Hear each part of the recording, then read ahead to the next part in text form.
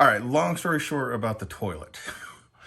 We had in our downstairs bathroom one of those toilet like sensors. So instead of like a flush handle, you like wave your hand over the top of it to flush. It was cool when it worked, but they're kind of flaky.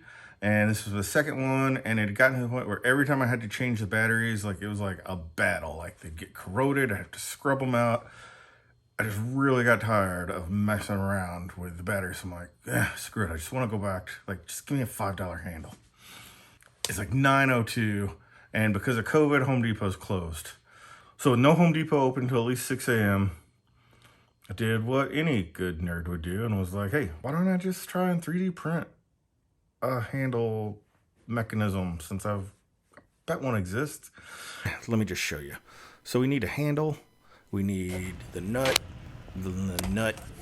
handle mechanism, and then the arm. And in this case, I needed to find an arm in a different file that was at an angle, since the initial designer created this for a front mount toilet and my handle was on the side. So we had to do this angled arm. It was also my first time printing such a tall print, and I didn't need supports. So I thought that was pretty rad. But behold, all the parts. And I go to test it, and God. So yeah, that kind of sucked, and it was at this point that I was just like, screw it, just go to Menards, and I bought a $6 handle and fixed the toilet. I grabbed the GoPro and head to the Mac Mini to check out the time lapses, and that was the first time that I managed to just make this thing shit its pants. Apparently the Mac Mini with 8 gigs of RAM did not like 50 gigs of GoPro JPEGs thrown at it. Like, that pretty much crushed it. And it's the only time I've ever seen it slow down. Like, I work on like 500 meg Keynote files. I've edited 4K videos from the phone. Like, throw stuff at this, and I've been super impressed that it does what it does with only 8 gigs of RAM. But it's not magic. It is possible to break this thing, and I broke it pretty handily. Check it out. All right, let me explain what you're looking at. So, like I said, these GoPro time lapses, I had maybe 55 gigs of them, so there's thousands. And Final Cut brings them in folders of 999. And the first one, it started midway through, and I didn't want to be like dinking around looking for the right start of the file. So there was initially a batch of them I put on the timeline so that I could just go in and start grabbing like whole folders of 999 at a time, minus that first one. Also, apologies that I'm not like screen capturing or anything, but instead using the camera because I didn't want to like slow this thing down anymore. I wanted you to see like just the computer running Final Cut. Down in the corner, you can see the activity monitor is up and showing the RAM. And you can kind of follow that in real time. Like, you see that first batch, it's sluggish, but it's functioning. Once it hits that yellow spike, though, like, this thing just really watch and see. I'll just shut up for a minute and let you watch this pain.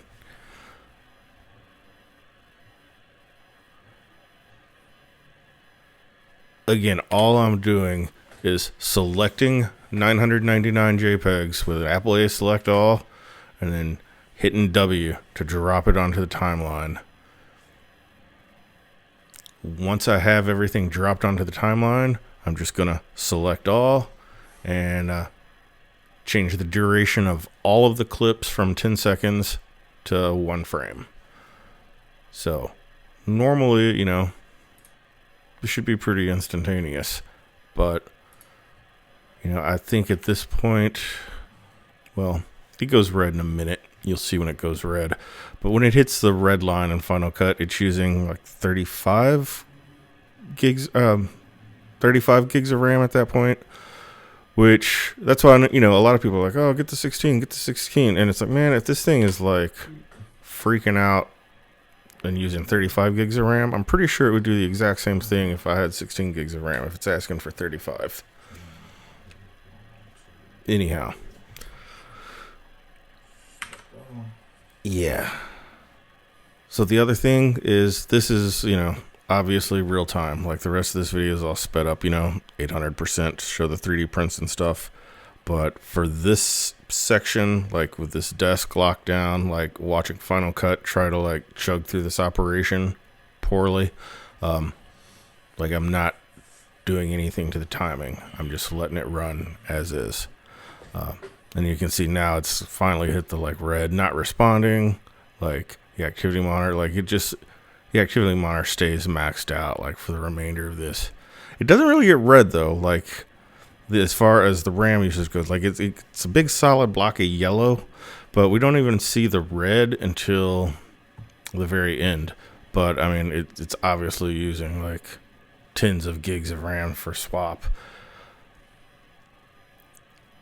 So yeah, I don't think 16 gigs of RAM would have helped this. And again, this is just like this one very specific operation. I think there might be some disk transfer speed that could help too. Like right now I'm just using an external SSD connected to USB.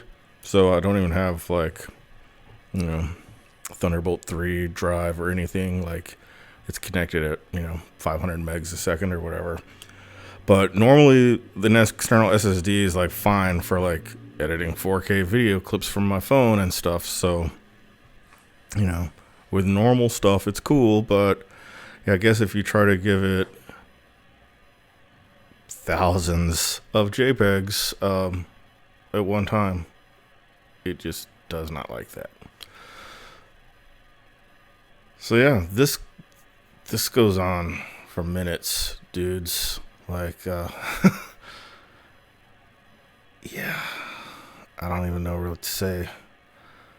Literally, I don't know what to, like, I'm not going to write, like, 12 minutes of dead air. I will say, like I said, this is the only time I've used this for over a month, and, like, I've never seen the damn thing beach ball.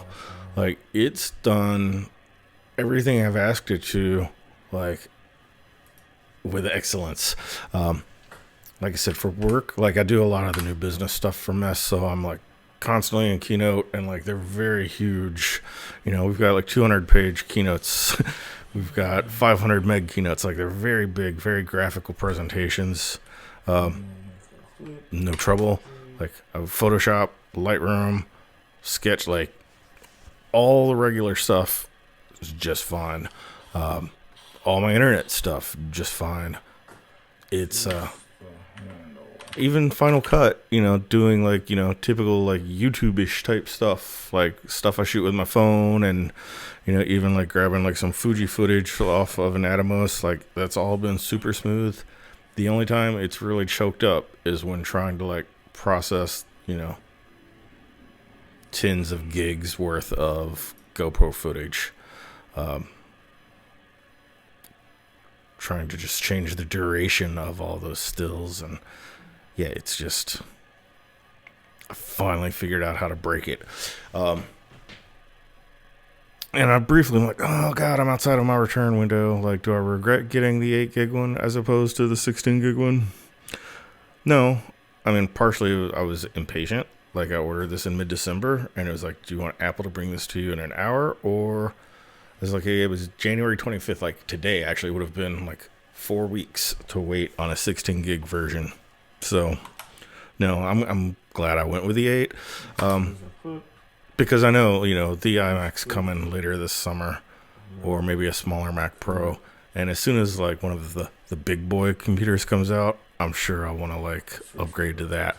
So, I didn't see the point of investing any more in the Mini, and I really just wanted to see what it was about, and I've been like super, super, super impressed with it, except for this one operation, apparently, which brought it to its knees. Time-lapse footage of me making toilet parts. That's what did it. All right. Yeah, this thing's still going.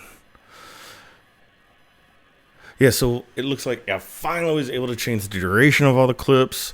And then I was working in a separate timeline just to like assemble all of those. Once I changed the duration, like I would turn it into one compound clip and then move that over to this timeline. If you want the exciting play-by-play of what's happening on this slow-ass screen.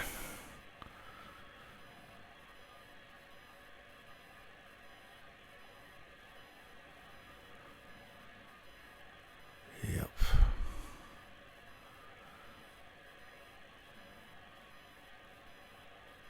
Again, man, I don't know what you were expecting, but it's 12 minutes of the computer chugging, so it's not exactly high art.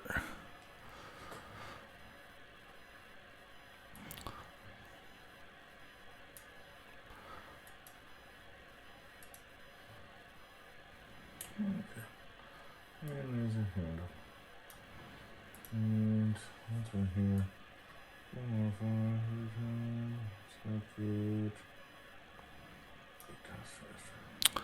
You can see, even once it's processed the clip, like it can retime it, it works with it fine. Like it was really just that, just the assembly of the JPEGs. Once it's been kind of compiled into that compound clip, we're back to normal. Good as new. Yeah, look at that go. No, that was a different, yeah.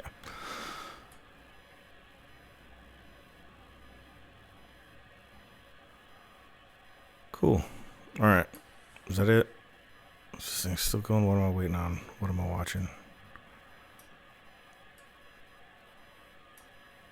Okay. Yeah, I think I just wanted to show you that behaving mostly normal.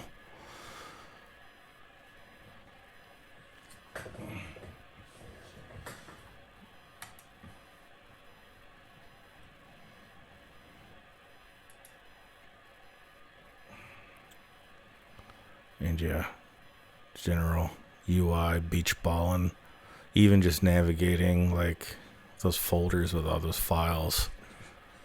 Just UI, beach ball, city.